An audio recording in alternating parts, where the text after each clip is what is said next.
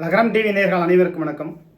தமிழ்நாடு முழுவதுமாக இருக்கக்கூடிய விவசாயிகளுக்கு லகரம் டிவி எப்பொழுதுமே ஆதரவாக, துணையாக, உறுதியாக நின்றது, எப்போதும் நிற்கும், எப்போதும் உங்கள் குரலை பிரதிபலிக்கும். தமிழ்நாடு முழுவதுமாக வேளாண்மை துறையில் என்னென்ன ஊழல் முறைகேடு நடந்துச்சு, சேலத்தில் சீனிவாசன் எப்படி ஊழல் முறைகேடு பண்ணுறாரு, புதுக்கோட்டையில் சங்கரலட்சுமி எப்படி ஊழல் பண்ணுறாங்க அப்படிங்கிற பல்வேறு செய்திகளை நம்ம வெளியிட்டு வந்தோம். விராலிமலையில் நீர்ப்பழனி டெப்போவில் விதைக்கடலைகள் கடத்தப்பட்டிருக்கிறது, பதுக்கப்பட்டிருக்கிறது, கொள்ளைப்புற வழியாக தனியாருக்கு விற்கப்பட்டது அப்படிங்கிற செய்தியை ஆரம்பத்தில் நம்ம தான் வெளியிட்டோம். அதே போல் புதுக்கோட்டை மாவட்டம் குணனார்கோவில் ஒன்றிய பகுதியில் சில தவறுகள் நடந்தது, மாற்றி கொண்டார்கள். ஆனால் முத்துச்சாமி என்ற ஒருவர் மட்டும் என்னை ஒன்றுமே பண்ண முடியாது, அசைக்க முடியாது, பிடுங்க முடியாது அப்படிங்கிற லெவலில் அவர் இன்றளவும் ஆணவத்தோடு இருக்கிறார். மக்களுடைய வரி பணத்தில் சம்பளம் வாங்குறங்கிற ஒரு அக்கறை, ஒரு நினப்பு அவங்களுக்கு கிடையாது. எந்த ஆட்சி வந்தாலும் சரி, எங்களை ஒன்றுமே பிடுங்க முடியாது அப்படிங்கிற லெவலில் சில அரசாங்க அதிகாரிகள் செய்யக்கூடிய தவறுகளால் விவசாயிகளுக்கு மானிய திட்டத்தில் கிடைக்கக்கூடிய எந்த உதவிகளும் முறையாக கிடைப்பதில்லை. அது திமுக ஆட்சியிலையும் அப்படி தான் இருந்துச்சு, அதிமுக ஆட்சியிலையும் அப்படி தான் இருந்துச்சு, திமுக ஆட்சியிலையும் அப்படி தான் இருந்துச்சு, இப்போ இருக்கக்கூடிய ஆட்சியிலையும் அப்படி தான் இருக்கும். இதை மாற்றுவது என்பது அவ்வளவு சாத்தியம் இல்லை. அனைத்து இந்திய அண்ணா திராவிட முன்னேற்ற கழகத்தில் துரைக்கண்ணு வேளாண்மை துறை அமைச்சராக இருந்தார். திமுக ஆட்சியில் எம்ஆர்கே பன்னீர்செல்வம் வேளாண்மை துறை அமைச்சராக இருந்தார். அதுக்கு முன்னாடி கொங்கு பகுதியில் ஒருத்தர் இருந்தார். ஆனால் எல்லாருமே வன்னியராக தான் போட்டிருப்பாங்க. இந்த முறையாவது மாற்றி அமைக்கணும் அப்படிங்கிற ஒரு கோரிக்கை இருக்குது. எது நடந்தாலும் சரி, எந்த ஆட்சியாக இருந்தாலும் சரி, நாம் எப்பொழுதுமே ஊழல் முறைகேடுகளை அச்சமின்றி சமரசமின்றி நம்ம வெளியிடுவோம்.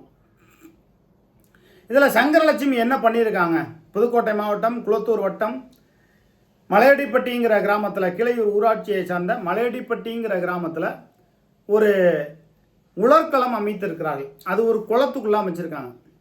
குளத்துக்குள்ளே எப்போ தண்ணி விழுகலைங்கிறதெல்லாம் வேறு விஷயம். ஆனால் கெஜெட்டில் பதிவேட்டில் குளம் அப்படின்னு இருக்குது, பெருமாள் குளம்னு. அதுக்குள்ளே எப்படி அமைச்சாங்க? இல்லை, எங்களுக்கு மற்ற டிபார்ட்மெண்ட்டெல்லாம் ஒத்துழைப்பு கொடுத்தாங்க, அதை நாங்கள் பண்ணோம். சரி, ரைட்டு. காவிரி ஆற்றுல ஒத்துழைப்பு கொடுக்குறாங்களோ, ஆனால் உள்ளே வச்சு உலர்க்கலாம் வைக்கிறீங்களா? கொடுமைகளை, ஊழல்களை, முறைகேடுகளை அச்சமின்றி சமரசமின்றி மாவட்ட ஆட்சியர் ஒத்துழைப்போடு அல்லது இல்லாமையோ, ஏன்னா அவங்க கண்டுக்க மாட்டேங்கிறாங்க. இப்போ நமக்கு எங்கே சிக்கல் வருதுன்னா, மாவட்ட ஆட்சியர் அம்மையார் அருணா ஐஏஎஸ் நேர்மையாக செயல்படுகிறார், செயல்பட்டு வந்தார், செயல்படுவார் என்று இன்றளவும் முட்டாள்தனமாக எல்லோருமே நம்பிக்கொண்டிருக்கிறோம். ஏன்னா குளத்தூர் வட்டாட்சியர் சக்திவேலை காப்பாற்றியது மாவட்ட நிர்வாகம். அவருக்கு மேலே மாவட்ட பதவி கொடுத்து அடுத்து இழுப்பூர் வட்டாட்சியராக கொடுக்குறாங்க. ஊழல் முறைகேடு எப்படி செய்யலாம், எந்த அடிப்படையில் செய்யலாம்னு ஒரு பயிற்சி எடுத்துக்கிறாங்க. அதுக்குன்னு புத்தகமே இருக்குது போல இருக்குது. அதுவும் புதுக்கோட்டை மாவட்டத்திற்கென்று கனிம வளத்துறையிலேருந்து, வேளாண்மை துறையிலேருந்து, பொதுப்பணித்துறையிலேருந்து, நெடுஞ்சாலைத்துறையிலேருந்து, வருவாய்த்துறையிலேருந்து, வணிக வரி மற்றும் பத்திரப்பதிவு துறையிலேருந்து, மாசு கட்டுப்பாட்டு வாரியத்திலிருந்து, இந்த போன்ற துறைகளுக்கெல்லாம் கிட்டத்தட்ட ஒரு இணை இயக்குனர். இப்போ சங்கரலட்சுமி இதே மாவட்டத்தில் 10 ஆண்டு காலத்திற்கு மேலே வேலை செய்கிறார். இவரை ஆட்டவோ அசைக்கவோ ஒன்றும் யாராலையும் விட முடியாது, அது எந்த ஆட்சி வந்தாலும் சரி. எம்ஆர்கே பன்னீர்செல்வம் அவர்களுடைய தயவோடு அவங்களுக்கு கட்டிங் போயிட்டே இருக்கும். இப்போ சங்கரலட்சுமி புதுக்கோட்டை மாவட்டத்தில் வேலை பார்த்த காலகட்டத்திலேருந்து, குணண்டார்கோயிலில் வேலை பார்த்த காலகட்டத்திலேருந்து அவங்கள பார்த்துட்டு தான் இருக்கும். இதுவரை அவர் சேர்த்த சொத்து மதிப்பு தோராயமாக 200 கோடி இருக்குங்கிறாங்க. அப்போ இவரால் பயனடைந்த தனியார்களுக்கு எவ்வளோ கிடைச்சிருக்கும், முதன்மை செயலாளர்களுக்கு எவ்வளோ கிடைச்சிருக்கும், கூடுதல் இயக்குனர் சங்கரலிங்கத்துக்கு எத்தனை கோடி கிடைச்சிருக்கும், எம்ஆர்கே பன்னீர்செல்வத்துக்கு எத்தனை கோடி கிடைச்சிருக்கும், எம்ஆர்கே பன்னீர்செல்வத்தோட உதவியாளர் வேளாண்மை துறை உதவியாளர்கள் எத்தனை பேருக்கு கிடைச்சிருக்கும், தட்சணாமூர்த்தி எந்த அளவுக்கு இது பண்ணியிருப்பார், முருகேசன் நேர்மையாக செயல்படக்கூடியவருங்கிறாங்க. என்னங்கிறது போதான் தெரியும். திமுக ஆட்சியில் இருக்கக்கூடிய அதிகாரிகளை மீண்டும் தொடரப்போகிறார்களா, புதிய அதிகாரிகள் நியமிக்கப்படுகிறார்களா, ஊழலை கட்டுக்குள் கொண்டு வருவார்களா இந்த ஆட்சி அப்படிங்கிற ஒரு கேள்விக்குறி இருக்குது.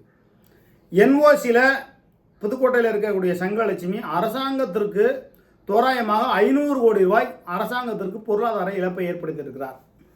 இப்போ வந்திருக்கிற ஆட்சியாளர்கள் வேணா என் பேரில் ரெங்கராஜுங்கிற பேரில் மனு வந்திருக்கும், விஜிலன்ஸுக்கு, ஊழல் தடுப்பு பிரிவுக்கு வந்திருக்கும், அதே போல் விழிப்புணர்வு ஆணையத்துக்கு வந்திருக்கும், முதலமைச்சர் தனிப்பிரிவுக்கு வந்திருக்கும்.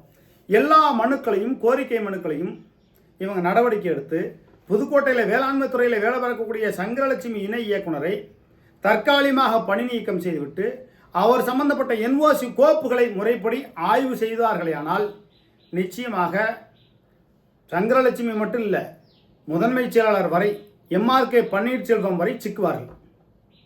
திராவிட முன்னேற்ற கழகத்தில் நகர்ப்புற வளர்ச்சித்துறையில் எந்த அளவுக்கு ஊழல் முறைகேடு நடந்துச்சோ அதே போல் வேளாண்மை துறையிலையும் ஊழல் முறைகேடுகள் அதே அளவுக்கு நடந்துச்சு.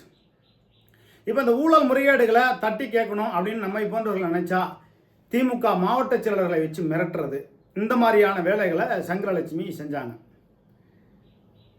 இன்னொரு விஷயம், சங்கரலட்சுமிக்கு துணை நிற்பது சங்கரலிங்கம் குடிமையான் மலையில் கூடுதல் இயக்குநராக வேலை பார்ப்போம் கட்டிட பராமரிப்புன்னு சொல்லி ஒரு 50 லட்சம் ரூபா ஆட்டையை போட்டார். அதுபோக யார் மேலேயாவது புகார் மனு வருதா, 1 லட்சம் கொடு 2 லட்சம் கொடு வாங்கிட்டு சொல்லி முடிச்சிருது. நீ நல்லவர் வல்லவர் யோகிய சிகாமணி அப்படின்னு சொல்லி அங்கேருந்து முதன்மை செயலாளருக்கு அனுப்பிடுறது. அப்போ இங்கே மனு போடுறவன் விவசாய சங்கத்தில் உள்ளவங்களாம் முட்டா பையன் நினச்சிட்டு இருக்காங்க. இப்போ அரசாங்க அதிகாரிகள் மக்களுடைய வரி பணத்தில் வேலை பார்க்கிறார்கள் என்பதை அவர்கள் மறந்து விடுகிறார்கள். இதோ பார் சட்டம் உன் மீது பாயப்போகிறது என்று நடவடிக்கை எடுக்க ஒரு யோக்கியமான அதிகாரி வேளாண்மை துறையில் கிடையாது. வேளாண்மை துறையில் வேலை பார்க்கக்கூடிய மேல்நிலை அதிகாரிகள் தட்சிணாமூர்த்தி ஒரு ஆள், ஏற்கனவே சமயமூர்த்தின்னு ஒருத்தர் இருந்தார், அவர் நேர்மையாக வேலை பார்த்தார், அவரையும் வீட்டு வசதி வாரியத்துக்கு மாற்றிட்டாங்க. அப்போ நேர்மையாக இருக்கக்கூடிய அதிகாரிகள் எல்லாம் இங்கே டம்மியான துறைக்கு மாற்றிடுவாங்க. வேளாண்மை துறையில் தான் கோடிக்கணக்கில் கொள்ளையடிக்கலாம், கோடிக்கணக்கில் ஊழல் முறைகேடு செய்யலாம் அப்படிங்கிற ஒரு நிலைப்பாடுகள் இருக்குது. சங்கரலட்சுமியை தயவு செய்து பணியிடை நீக்கம் செய்யணும். இல்லைன்னா அவரை வேறு மாவட்டத்திற்கு சேலம் மாவட்டத்துக்கு மாற்றிட்டு சேலம் மாவட்டத்தில் இருக்க யோக்கிய சிகாமணியாக இருக்கார்ல சீனிவாசன், அவரை புதுக்கோட்டைக்கு மாவட்டத்துக்கு 2 மாவட்டத்துலையும் எந்த அளவுக்கு நிலக்கடலைகள் கடத்தப்பட்டிருக்கு, என்ஓசியில் எந்த அளவுக்கு ஊழல் முறைகேடு செய்திருக்கிறார்கள் என்பதை தமிழ்நாடு அரசு கவனத்தில் மேற்கொண்டு நடவடிக்கை எடுக்கணும். இதில் மாவட்ட ஆட்சியர் எந்த ஊழல் மனு போனாலும், எந்த ஊழல் சம்பந்தப்பட்ட புகார் மனு போனாலும் கழிவறை காகிதமாக பயன்படுத்தி இல்லைன்னா கழுதைக்கு போட்டுவிட்டு போயிடுறாங்க உள்ளது. அப்போ திராவிட முன்னேற்ற கழகத்தினுடைய ஆட்சியாக இருக்கட்டும், நம்ம ஒரு ஒரு ஒரு கட்சியினுடைய ஆட்சியாகவே நம்ம சொல்ல வேண்டாம், எந்த ஆட்சியாக இருந்தாலும் இங்கு ஊழல் முறைகேடு செய்கிறாங்க.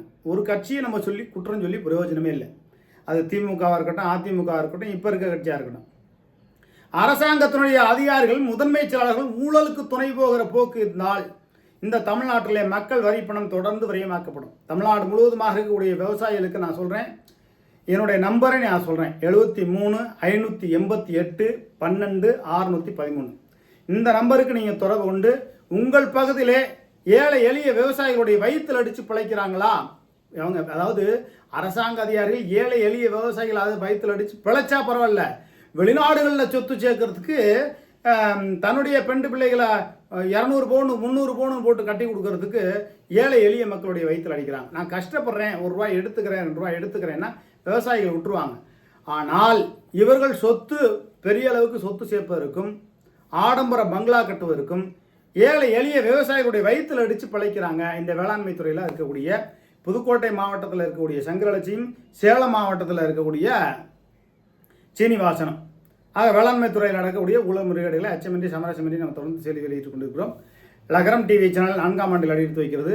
லகரம் டிவி சேனலை பார்க்கக்கூடிய புதிய நபர்கள் சேனலை சப்ஸ்கிரைப் அப்படிங்கிறதுல லைட்டாக டச் பண்ணுங்கள். அடுத்து பெல் பட்டன், அடுத்து ஆல் பெல் பட்டன் இருக்கும், இது பண்ணுங்கள். நான் அப்போ தான் நான் போடக்கூடிய ஒவ்வொரு பதிவுகளும் உங்களை சேரும். எப்பொழுதும் வேளாண்மை துறைக்கு விவசாயிகளுக்கு நம்ம உறுதுணையாக இருக்கும். உழுதுண்டு வாழ்வாரே வாழ்வார், மற்றவரெல்லாம் அவரை பின்தொடர்ந்து செல்வார் அப்படிம்பாங்க.